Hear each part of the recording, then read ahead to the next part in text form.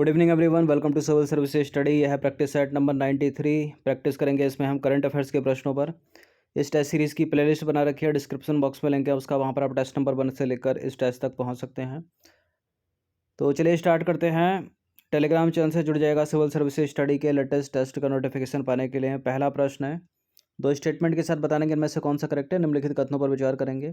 संयुक्त राज्य America, Britain और ऑस्ट्रेलिया ने एक त्रिपक्षीय रक्षा समझौते ऑक्स की घोषणा की है। A for Australia, UK for UK और यूएस अमेरिका।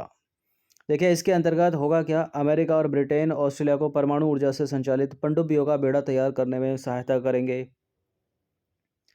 क्या ये दोनों बातें करेक्ट हैं? बिल्कुल करेक्ट हैं, सी है इसका आंसर।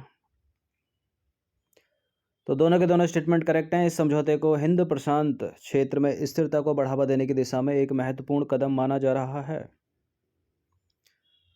दूसरा प्रश्न है, निम्नलिखित कथनों पर विचार करेंगे। पहला स्टेटमेंट है, सिडनी संवाद का आयोजन 17 से 19 नवंबर 2021 तक किया गया।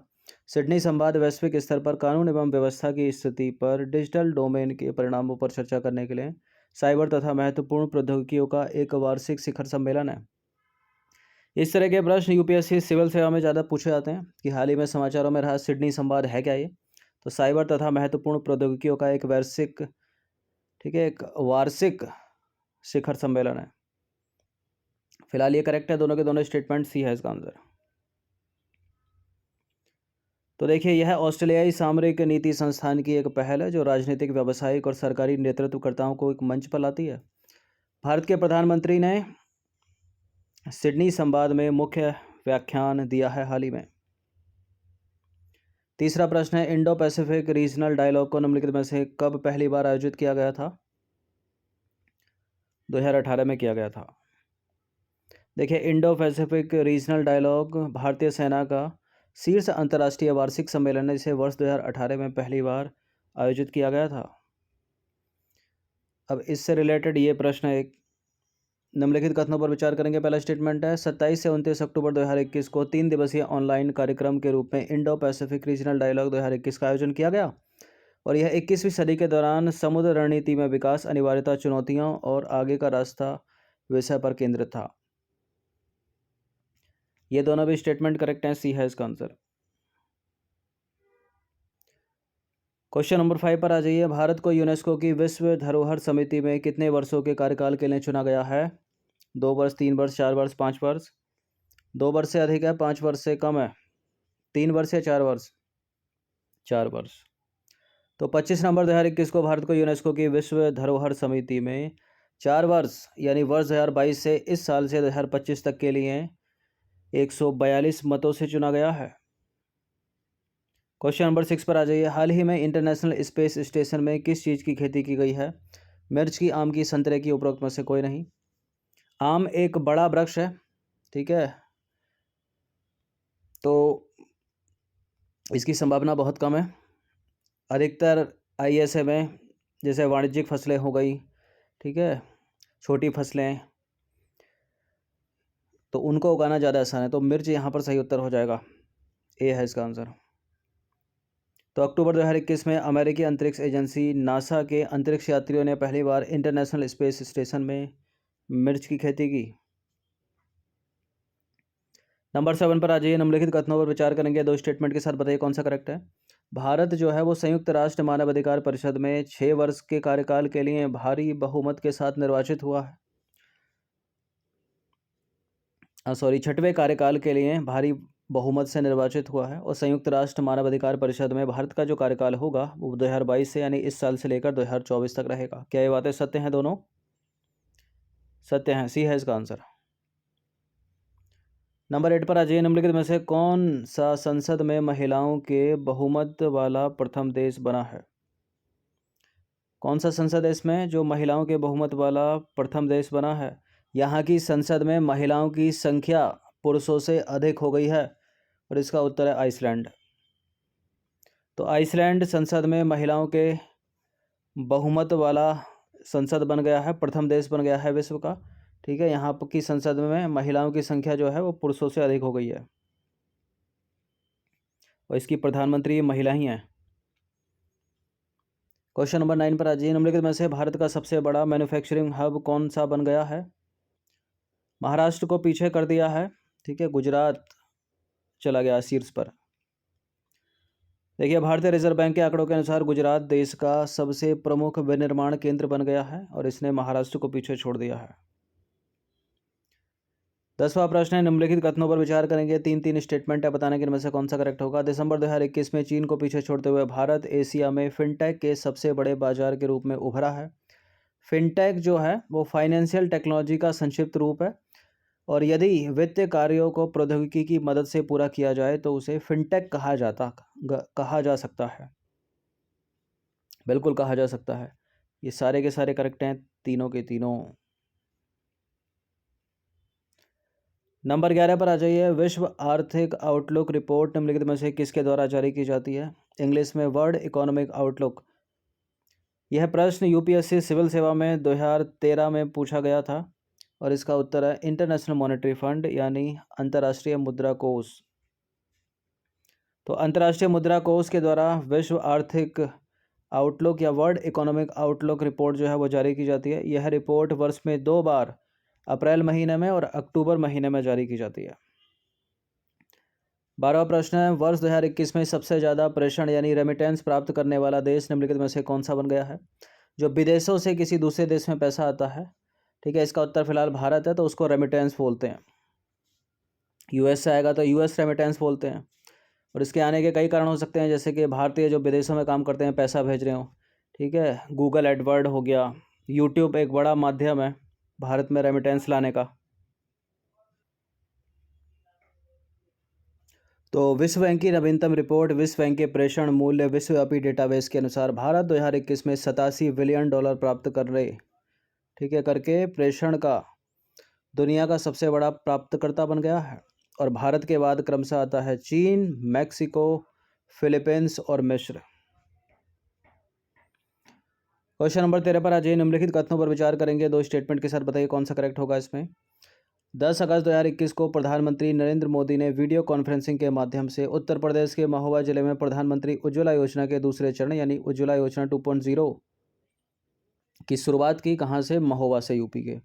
और उज्ज्वला योजना जो बंद थी, ठीक है, उसकी शुरुआत कब हुई थी? 1 मई 2016 को उत्तर प्रदेश के बलिया जिले से। ये दोनों के दोनों स्टेटमेंट करेक्ट हैं, सी है इसका आंसर। नंबर 14 है, निम्नलिखित कथनों पर विचार करेंगे, 2 स्टेटमेंट के साथ एक बार और है। 1 अक्टूबर 2021 को प्रधानमंत्री नरेंद्र मोदी ने वाराणसी में स्वास्थ्य सेवाओं के बुनियादी ढांचे को मजबूत करने के लिए देश की सबसे बड़ी अखिल भारतीय योजनाओं में से एक आयुष्मान भारत और अवसंरचना मिशन का शुभारंभ किया। और दूसरा स्टेटमेंट है, इस मिशन का उद्देश्य सार्वजनिक स्वास्थ्य के बुनियादी ढांचे, विशेष रूप से शहरी और ग्रामीण दोनों क्षेत्रों में गंभीर देखभाल सुविधाओं और प्राथमिक देखभाल के बीच के अंतराल को भरना है। बिल्कुल, ये दोनों के दोनों स्टेटमेंट भी करेक्ट हो जाते हैं, सी है इसका आंसर। क्वेश्चन नंबर 15 पर आ जाइए। संसद सदस्य स्थानीय क्षेत्र विकास योजना को निम्नलिखित में से कब शुरू किया गया था? 1992 में, 1993 में, 2017 में, 1995 में। 2017 से तो बहुत पुरानी है ये। यह योजना है 1993 की। तो संसद सदस्य स्थानीय क्षेत्र विकास योजना को वर्ष 1993 में शुरू किया गया।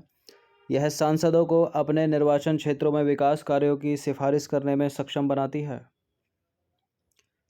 क्वेश्चन नंबर 16 पर आ जाइए। 19 जनवरी 2022 को ट्रिप एडवाइज़र द्वारा वर्ष 2022 के लिए ट्रैवलर्स चॉइस अवार्ड की सर्वश्रेष्ठ शहरों की सूची जारी की गई है।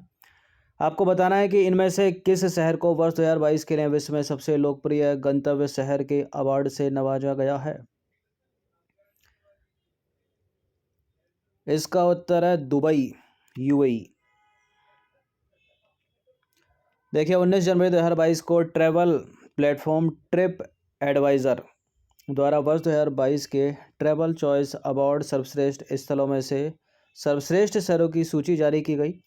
और इस सूची को यात्रियों द्वारा 1 नवंबर 2020 से 31 अक्टूबर 2021 के मध्य 12 महीने के दौरान विश्व भर में रहने, रेस्तरां में खाना खाने से लेकर दिए गए रेटिंग की समीक्षा करने के बाद तैयार किया गया है। इसमें जो यूएई का दुबई है वो वर्ष 2022 के लिए विश्व में सबसे लोकप्रिय गंतव्य शहरों में पहला स्थान प्राप्त किया उसने। दूसरे स्थान पर है यूनाइटेड किंगडम का लंदन, ठीक है, और मैक्सिको का कानकुन तीसरे स्थान पर है, इंडोनेशिया का बाली चौथे स्थान पर और ग्रीस का क्रीट जो है वो 5वें स्थान पर है। भारत का नई दिल्ली इसमें 15वें स्थान पर रहा। इम्पोर्टेंट है पहला दुबई और भारत का भी याद रखिएगा नई दिल्ली। नंबर 17 पर आ जाइए। 19 जनवरी 2022 को हिंदुस्तान एरोनॉटिक्स लिमिटेड ने उन्नत हल्के हेलीकॉप्टर MK-111 के निर्यात हेतु किस देश के साथ एक अनुबंध पर हस्ताक्षर किया है? कहाँ भेजेगा भारत? मॉरिशस को देगा, ठीक है, ऑप्शन नंबर बी। तो 19 जनवरी 2022 को हिंदुस्तान एरोनॉटिक्स लिमिटेड ने उन्नत हल्के हेलीकॉप्टर यानी MK-111 के निर्यात हेतु मॉरिशस सरकार के साथ एक अनुबंध पर हस्ताक्षर किया।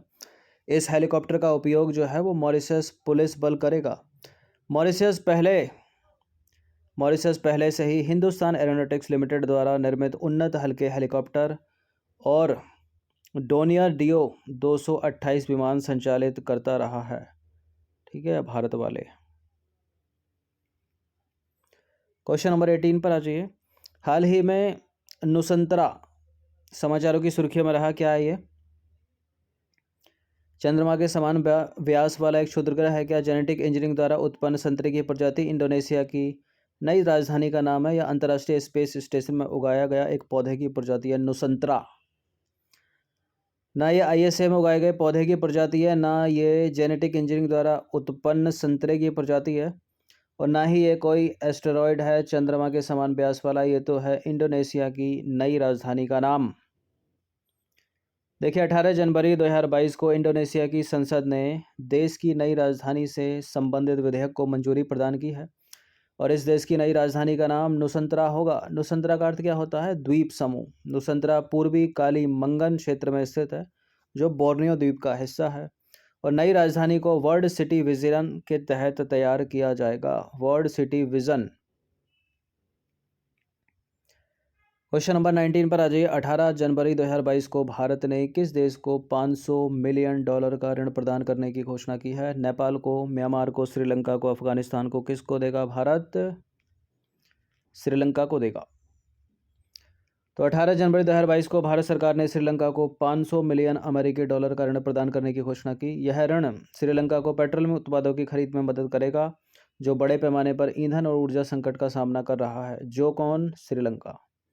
इसके अलावा भारत सरकार ने श्रीलंका को भोजन, आवश्यक वस्तुओं और दवाओं के आयात के लिए $1 बिलियन का सहायता पैकेज देने की घोषणा की है। 20वां प्रश्न है। 18 जनवरी 2022 को Guinness book of world records द्वारा विश्व के सबसे बुजुर्ग व्यक्ति का निधन हो गया। उनका नाम क्या था? ये हैं वो, उनका नाम है Setrino de la Fuente. Setrino de la Fuente, option number B.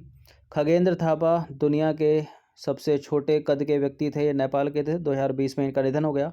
और पिंगपिंग का नाम भी छोटे कद के लिए जाना जाता है विश्व में। तो 18 जनवरी 2022 को Guinness book of world records द्वारा विश्व के सबसे बुजुर्ग व्यक्ति के रूप में नामित स्पेन के सेट्रिनो डी ला फुएंटे का निधन हो गया। 112 साल 211 दिन के थे वो। और सितंबर 2021 में Guinness book of world records ने उनको विश्व के सबसे बुजुर्ग व्यक्ति के रूप में नामित किया था। उनका जन्म हुआ था फरवरी में 1909 में।